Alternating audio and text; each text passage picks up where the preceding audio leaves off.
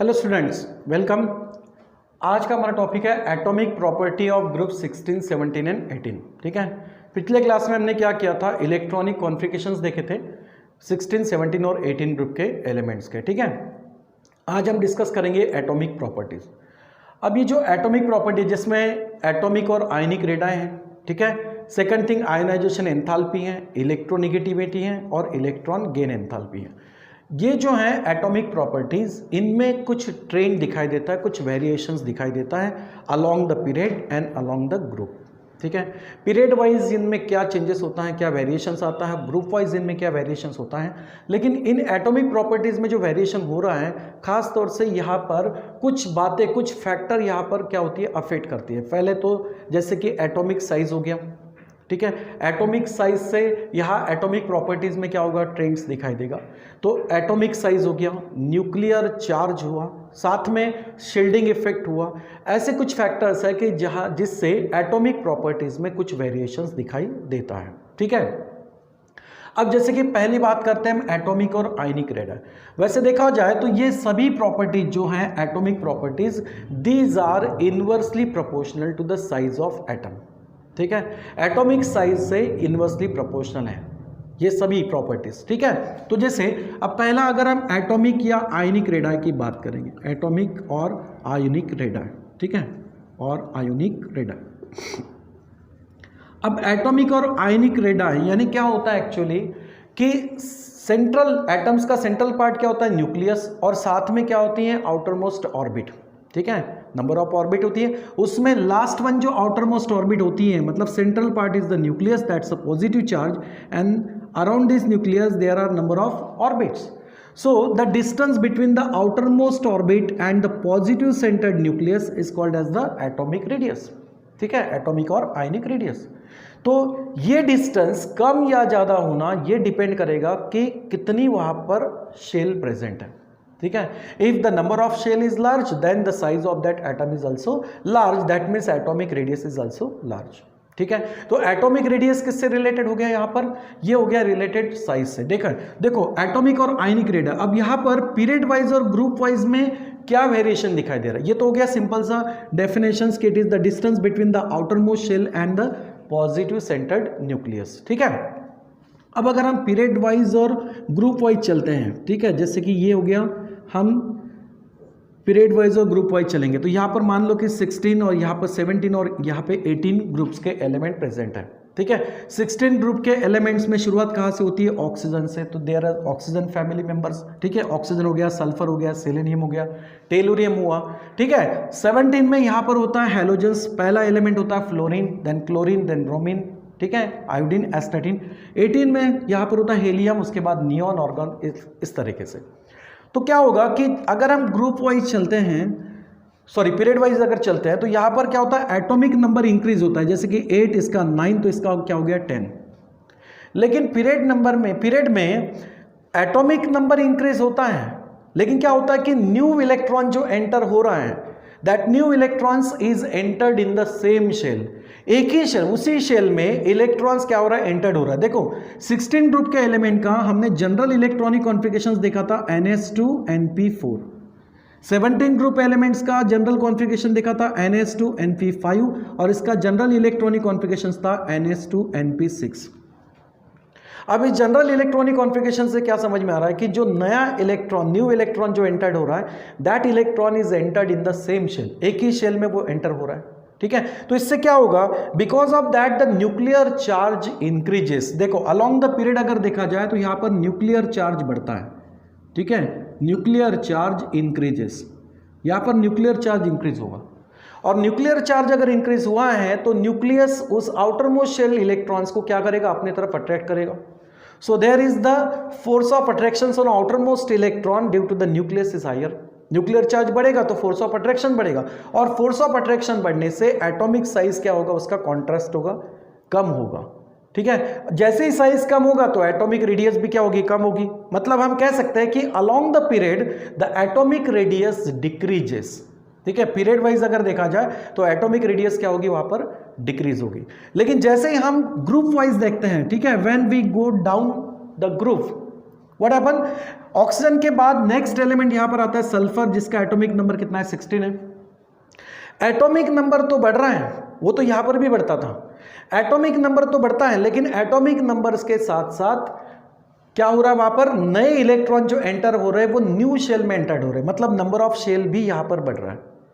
Period में number of shell नहीं बढ़ रहा है, पीरियड में तो एक ही शेल में नए इलेक्ट्रॉन्स क्या हो रहे हैं, एंटर्ड हो रहे हैं, लेकिन ग्रुप वाइज अगर देखते हैं तो new electrons are entered in the another shell. That means number of shell increases when we go down along the group. अगर ग्रुप वाइज हम नीचे चलते हैं तो शेल बढ़ेगी, और अगर नंबर ऑफ शेल बढ़ती हैं तो आउटर मोस्ट शेल का न्यूक्लियस से जो डिस्टेंस है वो क्या होगा, ज्यादा होगा।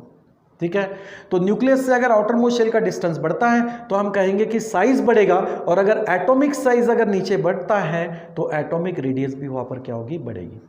ठीक है, एटॉमिक रेडियस भी क्या होगी, बढ़ेगी। ठीक है, न्यूक्लियर चार्ज जैसे पीरियड में बढ़ रहा है वैसे ग्रुप में भी बढ़ेगा, क्योंकि यहां पर एटॉमिक नंबर बढ़ रहा है तो न्यूक्लियर चार्ज भी बढ़ेगा, लेकिन इलेक्ट्रॉन जो एंटर हो रहे हैं वो सेम शेल में ना होते हुए न्यू शेल में एंटर्ड होते हैं, नंबर ऑफ शेल बढ़ती हैं और जिससे एटम्स का साइज बढ़ता है। ठीक है, तो हम एक स्टेटमेंट में कह सकते हैं कि along the period the nuclear charge increases, new electrons is entered into the same shell, and that's why atomic radar decreases. But along the group, when we go from top to bottom, the number of atoms increases, similarly the number of shell also increases, and that's why atomic radius increases. So down the group atomic radius increase, along the period atomic radius decrease. ठीक है, तो ये हो गया first variation in atomic properties, that is atomic and ionic radar. Okay, next one is ionisation enthalpy. ठीक है, ionisation enthalpy. अब ionisation enthalpy मतलब क्या होता है, यहां पर आयोनाइजेशन एंथैल्पी में मतलब क्या होगा, इलेक्ट्रॉन अपने आउटर मोस्ट शेल से या अपने शेल से वहां से क्या होगा, रिमूव होगा। इलेक्ट्रॉन अपने शेल में से या ऑर्बिट में से रिमूव होने के लिए वहां पर कुछ एनर्जी प्रोवाइड करनी होती है। ठीक है, तो आयोनाइजेशन एंथैल्पी का मतलब है it's amount of energy supplied या amount of energy absorb to remove the electron from its orbit. Electron अपने ऑर्बिट में से रिमूव हो, इसके लिए कुछ एनर्जी वहां पर प्रोवाइड करनी होती है, और वो एनर्जी यानी होती है आयोनाइजेशन एंथैल्पी। ठीक है, अब ये आयोनाइजेशन एंथैल्पी में अलोंग द पीरियड और अलोंग द ग्रुप में क्या वेरिएशन आएगा। ठीक है, तो देखो यहां पर अगर हम ग्रुप वाइज चलते हैं तो पीरियड वाइज अगर चलते हैं तो ये तो पता हो गया कि न्यूक्लियर चार्ज यहां पर बढ़ रहा है। ठीक है, एटॉमिक साइज क्या हो रहा है, डिक्रीज हो रहा है। अगर एटॉमिक साइज डिक्रीज होता है तो इसका मतलब कि न्यूक्लियस का आउटर मोस्ट शेल के इलेक्ट्रॉन्स पे होल्डिंग बहुत स्ट्रांग रहेगा, वो outer most shell of electrons को बहुत स्ट्रांगली होल्ड करके रखेगा। ऐसे केस में इलेक्ट्रॉन को बाहर निकालना है तो एनर्जी ज्यादा सप्लाई करना पड़ेगा। ओके, इसका मतलब होगा कि आयोनाइजेशन एंथैल्पी अगर पीरियड वाइज देखा जाए तो ज्यादा रहेगी, मतलब 16 ग्रुप्स, जैसे ऑक्सीजन है इससे ज्यादा फ्लोरीन, इससे ज्यादा यहां पर हीलियम। ठीक है, इस तरीके से हीलियम तो वैसे ही स्टेबल इलेक्ट्रॉनिक कॉन्फ़िगरेशंस लेके बैठा है, स्टेबल है, तो स्टेबल एलिमेंट से इलेक्ट्रॉन निकालना उसके लिए तो बहुत ज्यादा एनर्जी लगेगी क्योंकि वो खुद स्टेबल है। ठीक है, लेकिन ऑक्सीजन, फ्लोरीन और बाकी अगर एलिमेंट्स की बात करते हैं तो पीरियड वाइज अगर चलते हैं तो क्या हो रहा है, along the period nuclear charge increases, and that's why force of attraction of nucleus on outer most shell electron is large, and that's why more energy is required to remove the electron from the outermost shell. तो हम कह सकते हैं कि along the period, ठीक है, along the period अगर period wise बात करेंगे तो आयोनाइजेशन एंथैल्पी क्या होगी यहाँ पर। ठीक है, आयोनाइजेशन एंथैल्पी इंक्रीजेस, यहाँ पर आयोनाइजेशन एंथैल्पी जो है वो इंक्रीज होगी, so ionisation enthalpy increases. Okay, but along the group अगर बात करते हैं, along the group अगर ग्रुप वाइज बात करेंगे तो यहां पर क्या होगा, यहां पर एटॉमिक साइज बढ़ता है, और एटॉमिक साइज अगर बढ़ेगा तो आउटर मोस्ट शेल इलेक्ट्रॉन्स का न्यूक्लियस से डिस्टेंस ज्यादा होगा, इसका मतलब वहां पर फोर्स ऑफ अट्रैक्शंस कम रहेगा, एक रीजन। दूसरा ये न्यूक्लियर चार्ज तो बढ़ रहा है, वो तो बढ़ रहा है ग्रुप में भी, लेकिन क्या होता है कि आउटर मोस्ट शेल के इलेक्ट्रॉन्स के इनर साइड में इनर मोस्ट शेल होती है, वहां पर भी इलेक्ट्रॉन होते हैं, इनर मोस्ट शेल के इलेक्ट्रॉन आउटर मोस्ट शेल के इलेक्ट्रॉन्स को रिपेल्ड करते हैं। अब वहां पर जब आउटर मोस्ट शेल को रिपल्शन मिल रहा है तो उसको बाहर निकालने के लिए एनर्जी क्या लगेगी, कम लगेगी। मतलब अगर हम ग्रुप वाइज चलते हैं तो आयोनाइजेशन एंथैल्पी क्या होगा, यहां पर डिक्रीज होगा। समझ में आ रहा है? आयोनाइजेशन एंथैल्पी यहाँ पर क्या होगा, डिक्रीज होगा। और ये डिक्रीज होने के पीछे रीजन क्या है? Due to the increase in atomic size. So when we go down the group from top to bottom, atomic size increases, ठीक है, atomic size बढ़ता है, and that's why the force of attraction less between the central nucleus and outermost electron, and that's why minimum energy या small energy is required to remove that electron. So ionization enthalpy क्या होगी? कम लगेगी। और जैसे जैसे हम group में चलेंगे, नीचे डाउन में जाएंगे तो ionization enthalpy कम होते जाएगा। ठीक है, समझ में आ रहा है? ठीक है, इस तरीके से ये हो गया आयोनाइजेशन एंथैल्पी। अगर हम 16 ग्रुप को 15 ग्रुप से अगर कंपेयर करेंगे, यहां पर 15 ग्रुप से अगर कंपेयर करेंगे, ठीक है, तो 15 ग्रुप में आयोनाइजेशन एंथैल्पी जो है वो ज्यादा लगेगी एज कंपेयर टू 16। ऐसा क्यों हुआ? ठीक है, यहां पर 15 ग्रुप्स के एलिमेंट्स में अगर उसके मेंबर्स की भी बात करें तो उनमें ionization enthalpy as compared to 16 ज्यादा लग रहा है। क्यों लगेगा? जैसे ये जनरल इलेक्ट्रॉनिक कॉन्फ़िगरेशन 16 का हुआ, अगर 15 ग्रुप का जनरल इलेक्ट्रॉनिक कॉन्फ़िगरेशन लेते हैं तो वो NS2Np3 होगा, एक इलेक्ट्रॉन कम होगा। अब ये पता है कि p ऑर्बिटल में 6 इलेक्ट्रॉन अकोमोडेट हो सकते हैं, उसमें से यहां पर कितने इलेक्ट्रॉन अकोमोडेट हुए? 3। तो 3 अनपेड इलेक्ट्रॉन p ऑर्बिटल्स में है, तो that's a half field state. और हाफ फील्ड जो होता है ये क्या होता है? स्टेबल होता है as compared to partially filled. सबसे पहले तो कंप्लीटली फील्ड स्टेबल होता है, उससे लेस स्टेबल होता है हाफ फील्ड। तो अगर देखा जाए तो 16 ग्रुप की जो आयोनाइजेशन एंथैल्पी है वो 15 ग्रुप से क्या होगी? कम होगी। ठीक है, अब नेक्स्ट है एटॉमिक प्रॉपर्टी इलेक्ट्रोनेगेटिविटी। ठीक है, नेक्स्ट प्रॉपर्टी क्या है यहाँ पर? Atomic property electronegativity. इलेक्ट्रोनेगेटिविटी अगर ज्यादा रहे तो वो एलिमेंट्स क्या करेगा? वहां पर इलेक्ट्रॉन को अपनी तरफ खींचेगा या अट्रैक्ट करेगा। अब अगर 16-17 की बात करते हैं तो 16 ग्रुप का फर्स्ट एलिमेंट है ऑक्सीजन।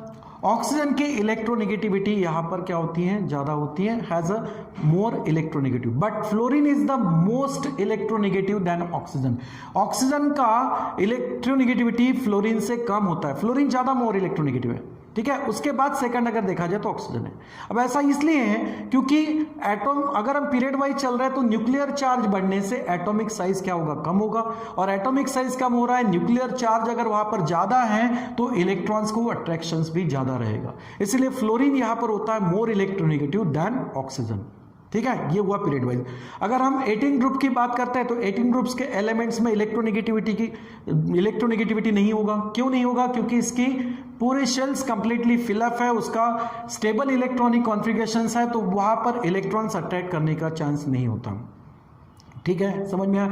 अब ग्रुप की अगर बात करते हैं तो ग्रुप वाइज क्या होगा? जैसे हम ग्रुप वाइज नीचे जाएंगे, when we go down the group what happen? Atomic size increases. अब एटॉमिक साइज इंक्रीज होने के वजह से क्या हो रहा है? यहां पर देखो पीरियड वाइज समझ में आ गया कि पीरियड वाइज यहां पर ऑक्सीजन से फ्लोरीन मोर इलेक्ट्रोनेगेटिव है, मतलब पीरियड वाइज इलेक्ट्रोनेगेटिविटी बढ़ती दिखाई दे रही है।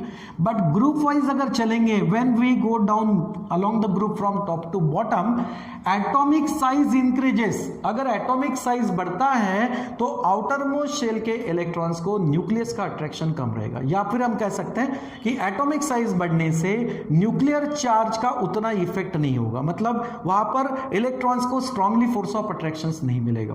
ठीक है, so that's why electronegativity decreases when we go down the group. ठीक है, तो अगर हम ग्रुप वाइज चलते हैं, पीरियड वाइज तो यहां पर क्या हो रहा है? पीरियड वाइज अगर देखेंगे तो इलेक्ट्रोनेगेटिविटी बढ़ रही है। ठीक है, मतलब फ्लोरीन इज मोर इलेक्ट्रोनेगेटिव। ठीक है, is more electronegative than oxygen. ठीक है, लेकिन ऑक्सीजन और फ्लोरीन इनकी अगर हम मेंबर्स की बात करें, ठीक है, जैसे कि इसका सेकंड मेंबर सल्फर है, इसका सेकंड मेंबर क्लोरीन है। ठीक है, तो हम क्या कहेंगे यहां पर? सल्फर से मोर इलेक्ट्रोनेगेटिव ऑक्सीजन है, क्लोरीन से मोर इलेक्ट्रोनेगेटिव फ्लोरीन है। और क्यों है? क्योंकि इनके एटॉमिक साइज इनके कंपैरेटिवली क्या है? कम है, स्मॉल है। ठीक है, लेकिन जैसे ही हम ग्रुप में चलेंगे टॉप टू बॉटम तो इलेक्ट्रोनेगेटिविटी डिक्रीज होते जाता है। इसलिए हो रहा है क्योंकि एक तो न्यूक्लियर चार्ज बढ़ता जरूर है लेकिन उसका उतना इफेक्ट नहीं होता, क्योंकि एटॉमिक साइज जो है कंपैरेटिवली बहुत ज्यादा होता। ठीक है, दूसरी एक बात है कि एटॉमिक साइज बढ़ने से क्या होता है कि इनर मोस्ट शेल के इलेक्ट्रॉन्स जो हैं ये एक्चुअली शील्ड करते हैं न्यूक्लियस को फ्रॉम आउटर मोस्ट इलेक्ट्रॉन से। ठीक है, शील्ड कर रहे हैं क्योंकि ये आउटर मोस्ट शेल्ड इलेक्ट्रॉन को रिपेल करने की कोशिश करेंगे। ऐसे केस में इलेक्ट्रॉन अट्रैक्ट करने की कैपेसिटी कम हो जाएगी। ठीक है। सो दैट्स वाई क्या होगा कि when we go down the top to bottom along the group, then the electronegativity decreases. तो हम कह सकते हैं कि भाई ग्रुप वाइज क्या होगा, यहां पर ग्रुप वाइज इलेक्ट्रोनेगेटिविटी जो है वो डिक्रीज होगी from top to bottom. So decreases from top to bottom, ठीक है। अब यही केस आप इलेक्ट्रॉन गेन एंथैल्पी में भी यूज कर सकते हो, ठीक है। तो next is that electron gain enthalpy, ठीक है, इलेक्ट्रॉन गेन एंथैल्पी। अब इलेक्ट्रॉन गेन एंथैल्पी में क्या होता है, जनरली यहां पर इलेक्ट्रॉन गेन एंथैल्पी में एनर्जी रिलीज होती है जब इलेक्ट्रॉन को एक्सेप्ट किया जाता है, ठीक है। So energy release during the gain of electron. अब यहां एनर्जी रिलीज होती है, इसीलिए हमें यहां पर मिलती है निगेटिव गेन एंथैल्पी, ठीक है, निगेटिव गेन एंथैल्पी। यहां पर अमाउंट ऑफ एनर्जी क्या होती है, रिलीज होती है।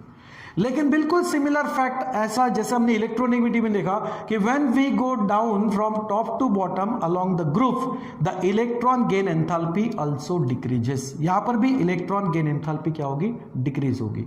कहां पर, अलोंग द ग्रुप। क्या होगा, अगर ग्रुप में हम टॉप टू बॉटम जाएंगे तो एटॉमिक साइज बढ़ेगा। एटॉमिक साइज बढ़ने से इलेक्ट्रॉन गेन करते वक्त एनर्जी रिलीज करने, यानी जो एनर्जी रिलीज होगी वो कम होगी, मतलब less negative gain enthalpy when we go down along the group. अगर हम ग्रुप से ऊपर से नीचे जाएंगे एटॉमिक साइज बढ़ेगा, एटॉमिक साइज बढ़ने से इलेक्ट्रॉन गेन एंथैल्पी जो है ये क्या होगी, लेस निगेटिव होगी, मतलब क्या होगी, एनर्जी कम रिलीज होगी। कहां पर, when we go down the group from top to bottom, ठीक है। तो एटॉमिक साइज बढ़ेगा।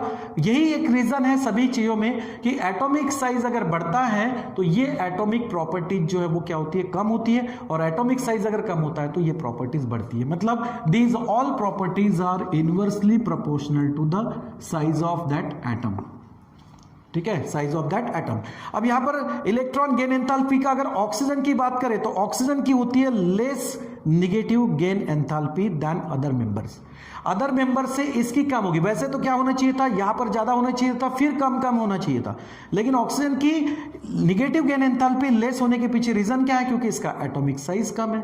एटॉमिक साइज कम होने से वहां पर न्यूक्लियर चार्ज क्या होगा, ज्यादा होगा, and that's why it has the less negative gain enthalpy, ठीक है। इलेक्ट्रॉन गेन करते वक्त एनर्जी कम रिलीज होगी क्योंकि न्यूक्लियर चार्ज ज्यादा है, ठीक है, एटॉमिक साइज कम है। लेकिन एटॉमिक साइज जैसे बढ़ेगा वहां पर ये निगेटिव गेन एंथैल्पी कम होती जाएगी, ठीक है, ऐसा होगा।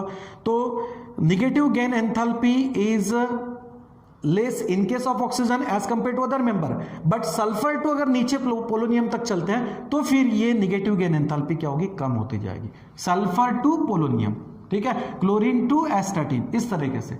बट अगर ऑक्सीजन और फ्लोरीन की बात करें तो these have less negative gain enthalpy. समझ में आया? तो these are the 4 atomic properties of group 16, 17 and 18, ठीक है, यहां तक समझ में आया? चलो ठीक है, थैंक यू वेरी मच।